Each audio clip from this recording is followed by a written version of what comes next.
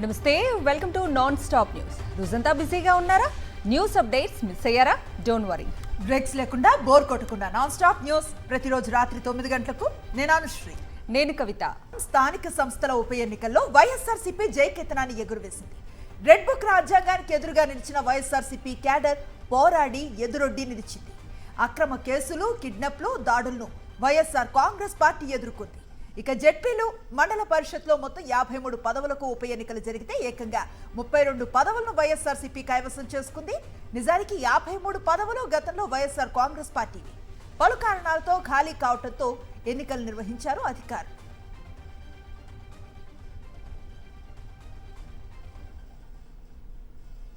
సంఖ్యాబలం లేకపోయినా బరిలోకి దిగింది కూటమి సర్కార్.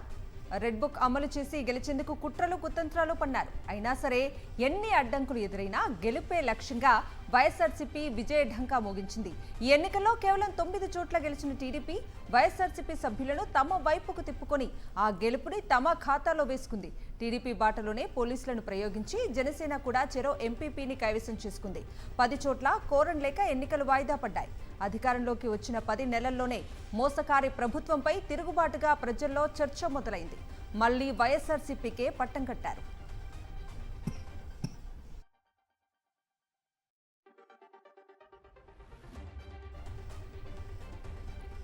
వైఎస్ఆర్ జిల్లా పరిషత్ చైర్మన్ ఎన్నిక ఏకగ్రీవం అయింది. జెడ్పీ చైర్మన్ గా వైఎస్ఆర్సీపీ జెడ్పీటీసీ రామగోవిందరెడ్డి ఏకగ్రీవంగా ఎన్నికయ్యారు. ఒకే ఒక్క నామినేషన్ రావడంతో ఎన్నిక ఏకగ్రీవంగా అయింది. రామగోవిందరెడ్డి ఏకగ్రీవంగా ఎన్నికైనట్లుగా ఎన్నికల అధికారి ప్రకటించారు. 2 పర్యాయాలుగా బ్రహ్మంగారి మఠం జెడ్పీటీసీగా రామగోవిందరెడ్డి ప్రాతినిధ్యం వహిస్తున్నారు. మైదుకూరు, పెండమర్రి జెడ్పీటీసీలు రామగోవిందరెడ్డిని బలపరిచారు.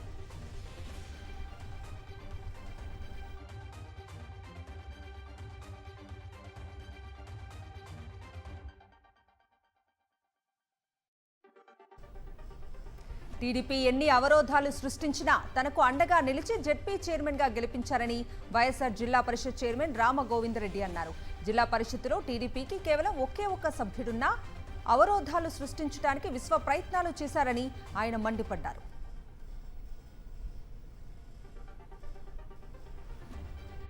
ఈరోజు మా సోదరులు, మా తోటి సభ్యులు అందరూ కూడా నాకు ఏకగ్రీవంగా ఎన్నుకునేందుకు వాళ్ళందరికీ ఈ సభాముఖంగా ధన్యవాదాలు తెలుపుతుండా. ఎందుకంటే వాళ్ళు ఎన్ని ప్రభావాలు, ఎంతమంది రాజకీయ ప్రభావాలు పెట్టినా కూడా మా జగనన్నే కావాలా, మా జగనన్న పార్టీలో మేము ఉండాలా, మా జగనన్న పెట్టిన అభ్యర్థి ఎన్ని కావాలని వాళ్ళ కోరిక మేరకు ఎన్ని చేసినా ఎవరు 42 మంది 2024 ఎలక్షన్లో 42 మంది ఈ పార్టీలో నిలబడిన ప్రతి ఒక్క సభ్యుడు ఈరోజు 9 నెలలైనా కూడా ఒక్కరు కూడా కదలకుండా మా జగనన్న ఎవరు, అవినాష్ రెడ్డి అన్న జగనన్న ఎవరు అభ్యర్థిని ప్రకటించే వాళ్ళకు ఏకగ్రీవంగా ఎన్నుకుంటామని. టీడీపీ ఎన్ని కుయుక్తులు పనినా వైఎస్ఆర్ జిల్లా పరిషత్ చైర్మన్ స్థానాన్ని వైఎస్ఆర్సీపీనే గెలుచుకుందన్నారు కడప ఎంపీ వైఎస్ అవినాష్ రెడ్డి. బలం లేకపోయినా ద్వంద్వ ప్రమాణాలతో ఎన్నికలను ఆపేందుకు టీడీపీ కుట్రకు తెరలేపిందని మండిపడ్డారు. ముందుగా ఇవాళ వైఎస్ఆర్ జిల్లా జెడ్పీ చైర్పర్సన్గా ఎన్నిక కాబడిన రామగోవిందరెడ్డి గారిని మనస్ఫూర్తిగా అభినందిస్తున్నా. జిల్లా సమస్యల పట్ల చిత్తశుద్ధితో పనిచేయాలని చెప్పి కోరుకుంటా ఉన్నా. ఆయన ఎన్నికకు సహకరించిన జిల్లాలోని వైఎస్ఆర్ కాంగ్రెస్ పార్టీ అందరికీ కూడా మనస్ఫూర్తిగా నేను ధన్యవాదాలు తెలియజేస్తా ఉన్నా. 49 మంది వైఎస్ఆర్ కాంగ్రెస్ పార్టీ జెడ్పీటీసీలు ఉంటే ఒక జెడ్పీటీసీ, గోపవరం జెడ్పీటీసీ మాత్రమే తెలుగుదేశం పార్టీకి సంబంధించి ఉన్నారు. రామగిరిలో టీడీపీ ఎమ్మెల్యే పరిటాల సునీత, ఆమె కొడుకు శ్రీరామ్ రౌడీ రాజ్యం కొనసాగుతోందన్నారు మాజీ ఎమ్మెల్యే తోపుదుర్తి ప్రకాష్ రెడ్డి.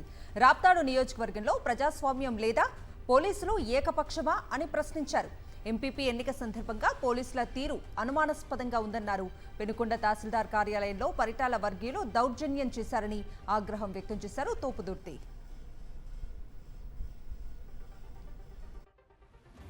రామగిరి మండలంలో రాప్తాడు నియోజకవర్గంలో పరిటాల వారి రౌడీ రాజ్యాంగం అమలవుతోంది. ఈరోజు రాప్తాడు నియోజకవర్గాన్ని శిఖండి సామ్రాజ్యంగా మార్చింది పరిటాల సునీత. అంటే ప్రజాస్వామ్యము చేష్టలు ఉడిగిపోయి నిస్సత్తుగా నిత్తేజంతో ఈరోజు మౌనం దాల్చేటువంటి పరిస్థితి ఈరోజు జిల్లా పోలీస్ యంత్రాంగం, డీఐజీ గారు, ఎస్పీ గారు తగిన చర్యలు తీసుకోవాలా. ఈరోజు ఇచ్చిన బందోబస్తు కూడా సరిపోదు. కఠిన చర్యలు తీసుకోవాలా.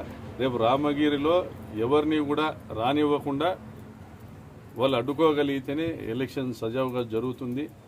సంఖ్యాబలం లేకపోయినా అడ్డదారిలో ఎంపీపీ ఎన్నికల్లో గెలిచేందుకు సత్యసాయి జిల్లా గాండ్లపెంటలో టీడీపీ ఎమ్మెల్యే కందికుంట వెంకట ప్రసాద్ బెదిరింపులకు దిగారు.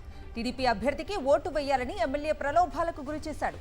కదిరి నియోజకవర్గ వైఎస్ఆర్సీపీ సమన్వయకర్త మక్బుల్ని హౌస్ అరెస్ట్ చేసి ఎమ్మెల్యేకు అన్ని విధాలా సహకరించారు పోలీసులు.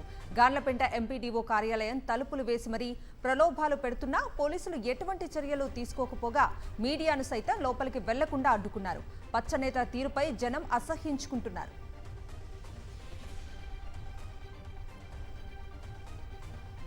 గతంలో స్థానిక సంస్థల ఎన్నికల్లో ఎప్పుడూ ఇలాంటి దాడులు దౌర్జన్యాలు జరగలేదని మండిపడ్డారు మండలి విపక్ష నేత బొత్స సత్యనారాయణ. అధికార మదంతో టీడీపీ నేతలు వైఎస్ఆర్సీపీ శ్రేణులపై దాడులు చేశాయని ఆగ్రహాన్ని వ్యక్తం చేశారు. కూటమి నేతల దాడులను వైఎస్ఆర్సీపీ తీవ్రంగా ఖండిస్తోందన్నారు. వైసీపీ ఎలక్షన్లు కానీ జిల్లా పరిషత్లు కానీ మున్సిపాలిటీలు కానీ ఎన్నికలు జరిగాయి. ఇవాళ ఈ ప్రభుత్వం ఇంత పెద్ద ఎత్తున గెలిచిన తర్వాత త్వరలో మళ్ళీ ఎన్నికలు జరగబోతున్నాయి. మళ్ళీ సాధారణ ఎన్నికలు జరుగుతాయి. ఇంత అప్రజాస్వామ్యంగా ఎన్నికలు జరగవలసిన అవసరం ఉందా? నేను రాజకీయాల్లోకి వచ్చిన దగ్గర నుంచి ఎన్నికలంటే మాత్రం లా బైండింగ్గా ప్రజాస్వామ్య పద్ధతిలో ప్రజాస్వామ్యహితంగా చట్టాన్ని చేతిలో తీసుకోకుండా చట్టాన్ని గౌరవిస్తూ ఎన్నికలు జరుగుతుండేవి. హిందూ ధర్మం ఆలయాల పరిరక్షణపై మాట్లాడే హక్కు పవన్ కు లేదన్నారు వైఎస్ఆర్సీపీ అధినేత వైఎస్ జగన్మోహన్ రెడ్డి.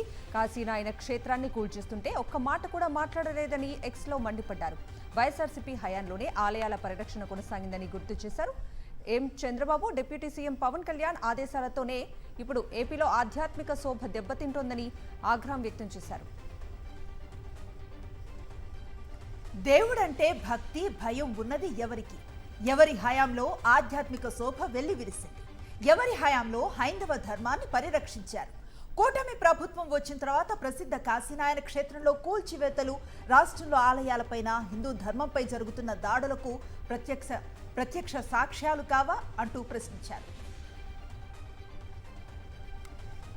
ఒక ప్రసిద్ధ క్షేత్రంపై బుల్డోజర్లతో కూల్చివేతలు చేపట్టి కిరాతకంగా వ్యవహరించారని వైఎస్ జగన్మోహన్ రెడ్డి మండిపడ్డారు. చంద్రబాబు ఆదేశాలతో డిప్యూటీ సీఎం పర్యవేక్షణలోనే కూల్చివేతలు జరిగాయన్నారు. అధికార అహంకారంతోనే హిందూ ధర్మం ఆధ్యాత్మిక క్షేత్రాలపై దాడి జరిగిందన్నారు. ఈ ప్రభుత్వం వచ్చాకే శ్రీవారి ఆలయ ప్రతిష్టను దిగజార్చారని తెలిపారు. తిరుమల లడ్డూపై దుష్ప్రచారం చేశారని, టీటీడీ చరిత్రలో ఎప్పుడూ లేని విధంగా తొక్కిసలాట జరిగిందని గుర్తు చేశారు. సనాతనవాదిగా చెప్పుకుంటున్న వారి శాఖ పరిధిలోనే కూల్చివేతలు జరిగాయన్నారు వైఎస్ జగన్. కూల్చివేతలపై ఇప్పటి వరకు ఒక్క మాట మాట్లాడలేదని, ఇలాంటి వారికి హిందూ ధర్మంపై మాట్లాడే హక్కుందా అని ప్రశ్నించారు.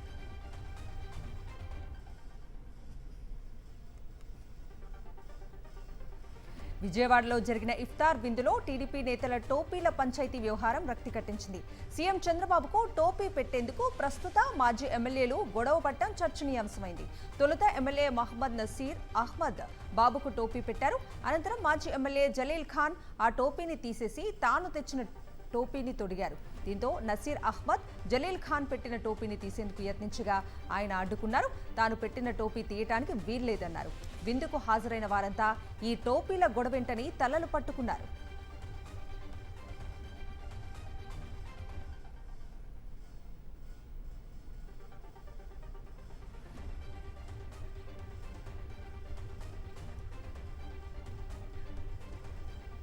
చంద్రబాబు పాపాలే పోలవరానికి శాపాలయ్యాయన్నారు మాజీ మంత్రి అంబటి రాంబాబు. పోలవరం ప్రాజెక్టును చంద్రబాబు సర్వనాశనం చేశాడని మండిపడ్డారు. కేంద్రం కడతానన్న ప్రాజెక్టును కమిషన్ల కక్కుర్తి పడి తీసుకొని పోలవరాన్ని నాశనం చేశారన్నారు. పోలవరం నిధులు డైవర్ట్ చేసింది చంద్రబాబే అన్నారు. కరోనా ఉన్నప్పటికీ వైఎస్ఆర్సీపీ ప్రభుత్వ హయాంలో పోలవరం ప్రాజెక్టు పనులు పరుగులు పెట్టించామన్నారు.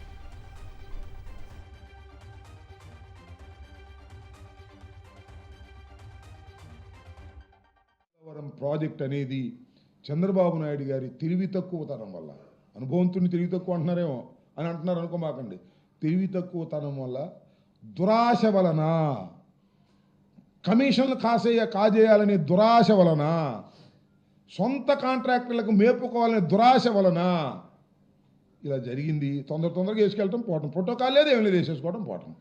అమరావతి కూడా అంతే. రేపు 26,000 కోట్లు తీసుకొస్తున్నాడు కదా, తినేయటమే, ఏం ఉండదు. పెద్ద ఆశతో సర్వనాశనం చేశారు. వివేక హత్య ఉదంతం టీవీ సీరియల్ను తలపిస్తోందన్నారు వైఎస్ఆర్సీపీ రాష్ట్ర అధికార ప్రతినిధి రాచమల్లి శివప్రసాద్ రెడ్డి. వివేక హత్య ఉదంతం జరిగి 6 ఏళ్లు గడుస్తున్నా నిన్న కాక మొన్న జరిగినట్లే పచ్చపత్రికలు రాస్తున్నాయని మండిపడ్డారు. 6 సంవత్సరాలైన టీవీ సీరియల్ మాదిరి వివేకానంద రెడ్డి హత్య గురించి ఆమెన మీరు మాట్లాడుతూనే ఉండారు, వండి వారుస్తానే ఉండారు, రాస్తానే ఉండారంటే ఎవరి మీద మీకు ప్రేమ ఉంది? ఇది ఇట్లా రాస్తారు, ఇది ఇట్లా. ఈ మధ్యకాలంలో 4 ఏళ్ళు 6 ఏళ్ళ నుంచి రాస్తా అనేది ఇట్నే. Krishna Reddy direction, Avinash Reddy direction, Krishna Reddy action. ఇది ఒకరోజు, నిన్న ఒకరోజు, 6 సంవత్సరాలుగా. మరి దేనికోసం? ఒకే ఒక కారణం, వివేకానంద రెడ్డి రక్తం తీసుకొచ్చి మా జగన్మోహన్ రెడ్డి గారి చొక్కాకు పుయ్యాల పూర్తిగా ఇట్లా. వైఎస్ఆర్ జిల్లా పులివెందులలో టీడీపీ గుండాల అరాచకానికి పాల్పడ్డారు. వైఎస్ఆర్సీపీ నేత, రాష్ట్ర మాజీ మైనింగ్ డైరెక్టర్ వీరప్రతాపరెడ్డి టీడీపీ గుండాలు దాడి చేశారు. భాకరాపురంలో తన ఇంట్లో ఉన్న ప్రతాపరెడ్డిని బయటికి లాక్కొచ్చి మరీ దాడి చేశారు టీడీపీ గుండాలు.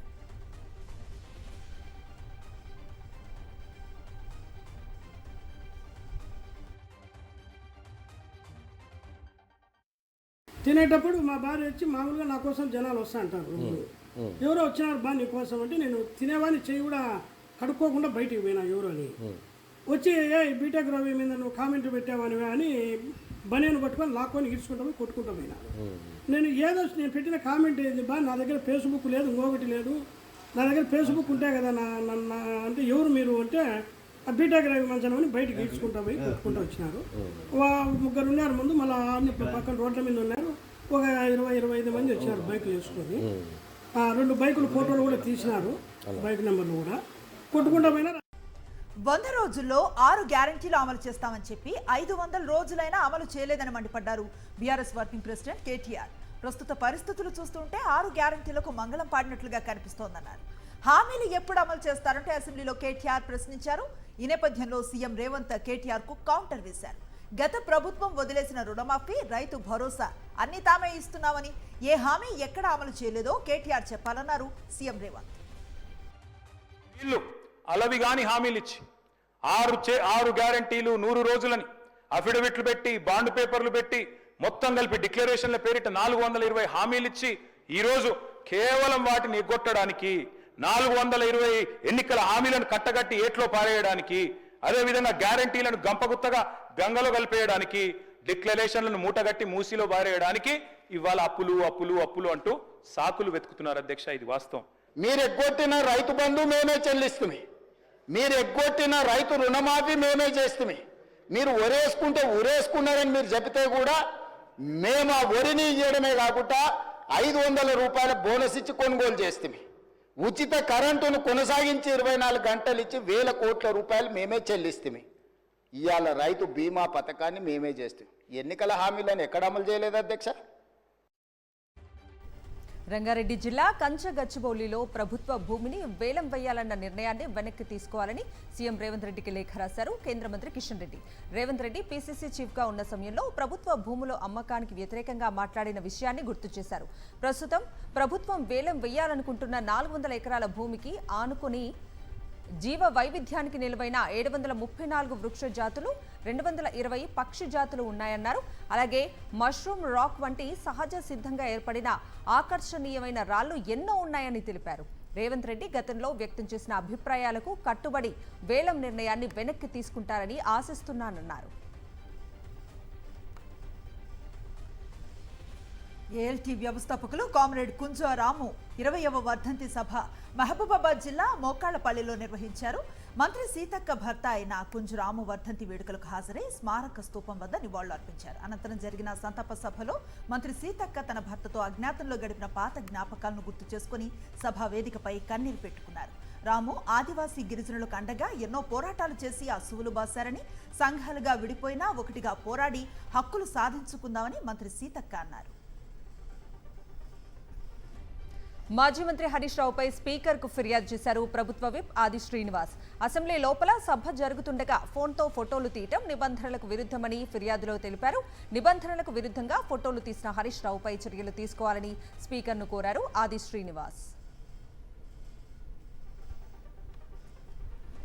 గుంటూరు జిల్లా మంగళగిరిలో ఎన్టీఆర్ వైద్య సేవ ట్రస్ట్ కార్యాలయం ఎత్త వైద్య మిత్ర ఉద్యోగుల ఆందోళనకు దిగారు. 17 ఏళ్లుగా పనిచేస్తున్నా జీతాలు పెంచడం లేదని వెల్లడించారు. 13,000 రూపాయలతో ఇళ్లు గడవటం కష్టంగా మారిందని ఆవేదన వ్యక్తం చేశారు. వెంటనే తమ జీతాలను పెంచి ఉద్యోగ భద్రతను కల్పించాలని డిమాండ్ చేశారు. తమ సమస్యలను పరిష్కరించే వరకు పోరాటాన్ని కొనసాగిస్తామని వైద్య మిత్ర ఉద్యోగులు హెచ్చరించారు. కాకినాడలో నిరుద్యోగులు కదం తొక్కారు. కానిస్టేబుల్ ఉద్యోగాలను తక్షణమే భర్తీ చేయాలని డిమాండ్ చేస్తూ భారీ ర్యాలీ నిర్వహించారు. డివైఎఫ్ఐ ఆధ్వర్యంలో జరిగిన ఈ ర్యాలీ బాలాజీ చెరువు సెంటర్ నుంచి కలెక్టరేట్ వరకు కొనసాగింది. అనంతరం కలెక్టరేట్ ఎదుట బైఠాయించి ధర్నా చేశారు. కోర్టు కేసులను కూటమి సర్కారు తక్షణమే పరిష్కరించి కానిస్టేబుల్ ఉద్యోగాలను భర్తీ చేయాలని అభ్యర్థులు కోరారు. కానిస్టేబుల్ అభ్యర్థుల జీవితాలు చితికిపోతున్నాయని సీఎం చంద్రబాబు ఆదుకోవాలని నినదించారు. యువగలంలో ఇచ్చిన హామీని లోకేష్ నిలబెట్టుకోవాలన్నారు. విజయనగరం జిల్లా గడిముడుదాంలో డయాసిస్ ట్రస్ట్ భూముల విక్రయాలపై రాజాం ఆర్సీఎం చర్చ్ ఫాదర్స్ ఆందోళన వ్యక్తం చేశారు. 37 ఎకరాల క్రిస్టియన్ మిషనరీ భూములను ఫాదర్ ప్రసాద్ అక్రమంగా అమ్మేశారని ఆరోపించారు. ప్రభుత్వ పెద్దల జోక్యంతోనే భూముల విక్రయం రిజిస్ట్రేషన్ ప్రక్రియ సాగిందని ఆరోపించారు. దీనిపై ప్రభుత్వం స్పందించి చర్యలు తీసుకోవాలని కోరారు. కామారెడ్డి జిల్లా జుక్కల్ జెడ్పీ హై స్కూల్లో 10వ తరగతి గణిత శాస్త్రం పరీక్ష మాల్ ప్రాక్టీస్ చేసే ప్రయత్నం జరిగింది. ఈ కేసులో 6 వ్యక్తులను అరెస్టు చేశామని జిల్లా ఎస్పీ రాజేష్ చంద్ర తెలిపారు. మాల్ ప్రాక్టీస్ ప్రయత్నాన్ని డీఈఓ పోలీసులు భగ్నం చేసినట్లుగా వెల్లడించారు. ఓ విద్యార్థి మ్యాథ్స్ ఎగ్జామ్లో ఉత్తీర్ణత పొందేందుకు అతని తండ్రి జాదవ్ సంజయ్ ప్రయత్నం చేసినట్లుగా తెలిపారు. మొదట ప్రశ్నాపత్రం నుంచి కొన్ని ప్రశ్నలను జాదవ్ సంజయ్ బయటకు తీసుకొచ్చారు. వాటిని కొంతమంది మీడియా వారు కొన్ని సోషల్ మీడియాలో పోస్ట్ చేసినట్లుగా ఎస్పీ తెలిపారు. హైదరాబాద్లోని బోయపల్లి ఎన్క్లేవ్ కాలనీలో హైడ్రా అధికారులను బీఆర్ఎస్ కార్పొరేటర్ భర్త శేఖర్ రెడ్డి అడ్డుకున్నారు. హైడ్రా అధికారి తిరుమలేష్పై దాడికి యత్నించారు. బోయపల్లి వెంకటరెడ్డి శేఖర్ రెడ్డి పార్క్ స్థలాన్ని కబ్జా చేసి ప్లాట్లు వేసి విక్రయించారు. అనంతరం కాలనీలోకి వెళ్లే రోడ్డు మూసివేయడంతో ప్లాట్లు కొన్నవారు ఇబ్బందులు పడ్డారు. దీనిపై హైడ్రా అధికారులకు ఫిర్యాదు చేయడంతో వారు ఆక్రమణల తొలగింపులకు నిర్ణయం తీసుకున్నారు. దాదాపు 40 మంది హైడ్రా అధికారులు పోలీసుల సహకారంతో ఆక్రమణల తొలగింపును చేపట్టారు. దీంతో హైడ్రా కమిషనర్ రంగనాథ్ చిత్రపటానికి కాలనీ వాసులు పాలాభిషేకం చేశారు. తమను అడ్డుకున్న వారిపై చర్యలు తీసుకుంటామని హైడ్రా అధికారులు తెలిపారు. బట్టతల కారణంగా పెళ్లి కావటం లేదనే మనస్తాపంతో ఒక యువ వైద్యుడు ఆత్మహత్య చేసుకున్నాడు. సికింద్రాబాద్ అల్వాల్లోని బస్తీ దవాఖానాలో సేవలందిస్తున్న డాక్టర్ పురోహిత్ కిషోర్ రైలు కింద పడి ప్రాణాలు తీసుకున్నాడు. గుజరాత్కు చెందిన పురోహిత్ కిషోర్కు కొన్నాళ్లుగా తల్లిదండ్రులు పెళ్లి సంబంధాలు చూస్తున్నారు. బట్టతల ఉండటంతో సంబంధాలు కుదరటం లేదు. ఈ క్రమంలో ఇటీవల ఒక సంబంధం కుదరటంతో నిశ్చితార్థం చేసుకున్నాడు. కానీ బట్టతల ఉందని ఆ అమ్మాయి కూడా పెళ్లిని ఆపేసింది. దీంతో మనోవేదనకు గురైన Purohit Kishore cavalry barrack railway station వద్ద రైలు కింద పడి బలవన్మరణానికి పాల్పడ్డాడు.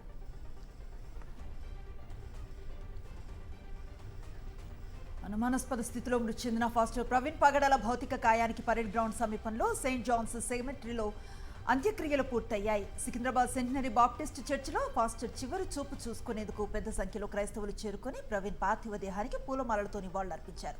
అంతిమ యాత్రలో అశేష జనవాహిని పాల్గొంది. నేషనల్ అప్డేట్ చూద్దాం. కేంద్ర హోంమంత్రి అమిత్ షాపై కాంగ్రెస్ ఇచ్చిన ప్రివిలేజ్ మోషన్ నోటీసులను రాజ్యసభ చైర్మన్ జగదీప్ ధన్ఖడ్ తిరస్కరించారు. ఈ విషయాన్ని ఆయన సభలో ప్రకటించారు. దీనిపై Congress general secretary Jairam Ramesh అభ్యంతరం వ్యక్తం చేయగా చైర్మన్ ధన్ఖడ్ సీరియస్ అయ్యారు.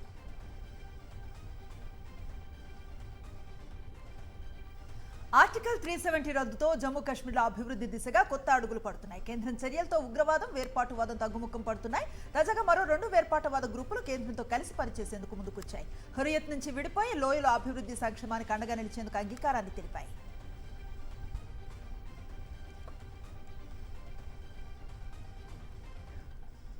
డొనాల్డ్ ట్రంప్ ప్రతీకార సుంకాల నుంచి తప్పించేందుకు అమెరికాతో చర్చలు జరుపుతోంది భారత్. తారీఫ్ చర్చల్లో దేశ ప్రయోజనాలకే ప్రథమ ప్రాధాన్యమని స్పష్టం చేసింది. కొన్ని వస్తువులపై సుంకాలు తగ్గించేందుకు అంగీకరించినప్పటికీ దేశ ప్రయోజనాల విషయంలో ఏమాత్రం రాజీ లేదని కేంద్ర ప్రభుత్వ వర్గాలు వెల్లడించాయి. ట్రంప్ ప్రకటించిన ప్రతీకార సుంకాలు ఏప్రిల్ 2 నుంచి అమల్లోకి రానున్న నేపథ్యంలో యుఎస్తో ట్రేడ్ అండ్ తారీఫ్ చర్చలు జరుపుతోంది భారత్.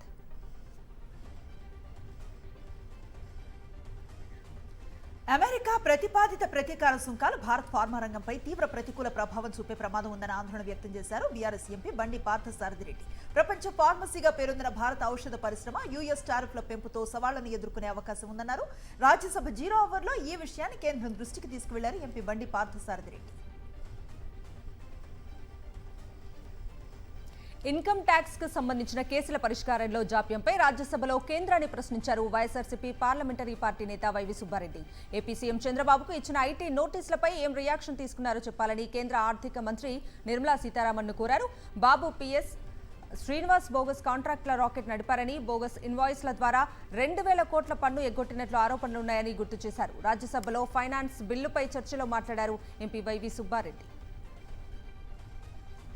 గోల్డ్ స్మగ్లింగ్ చేస్తూ రెడ్ హ్యాండెడ్ గా దొరికిపోయిన కన్నడ నటి రన్యారావుకు ఊరట దక్కలేదు. ఆమె బెయిల్ పిటిషన్ను బెంగళూరు సెషన్స్ కోర్టు తిరస్కరించింది.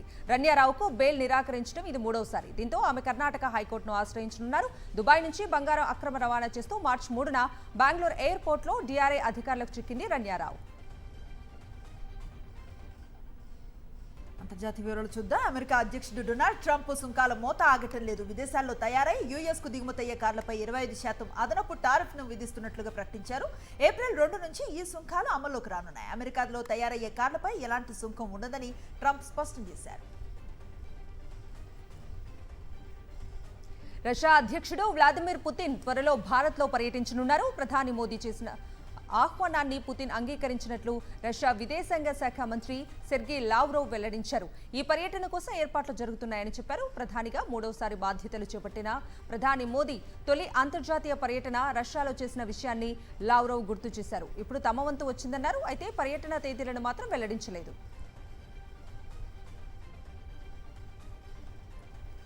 అణ్వస్త్రాలతో అమెరికా దాని మిత్ర దేశాలకు సవాల్ విసురుతున్న ఉత్తర కొరియా ఆయుధాల తయారీలో అత్యాధునిక సాంకేతికతపై ఫోకస్ పెట్టింది.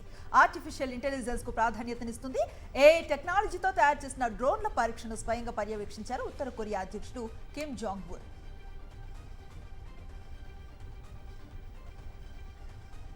రష్యా అధ్యక్షుడు పుతిన్ పై సంచలన వ్యాఖ్యలు చేశారు యుక్రెయిన్ అధ్యక్షుడు జెలెన్స్కీ. పుతిన్ త్వరలో చనిపోతారన్నారు. ఫ్రాన్స్ అధ్యక్షుడు ఎమాన్యుయల్ మాక్రాన్ తో సమావేశం అనంతరం నిర్వహించిన మీడియా సమావేశంలో ఈ వ్యాఖ్యలు చేశారు జెలెన్స్కీ. పుతిన్ త్వరలో చనిపోతారని, దీంతో ఇరు దేశాల మధ్య జరుగుతున్న యుద్ధం ముగిసిపోతుందని తెలిపారు. బిజినెస్ అప్డేట్స్ చూద్దాం. దేశీయ స్టాక్ మార్కెట్స్ సూచీలు ఇవాళ లాభాల్లో ముగిశాయి.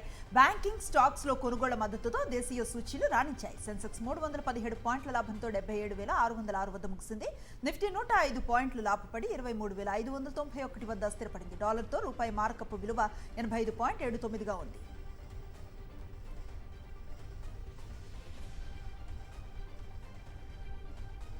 పసిడి ప్రియులకు షాక్. బంగారం ధరలు మళ్లీ పెరిగాయి. హైదరాబాద్ మార్కెట్లో 22 క్యారెట్ల 10 గ్రాముల బంగారం ధర 400 పెరిగి 82,350గా ఉంది.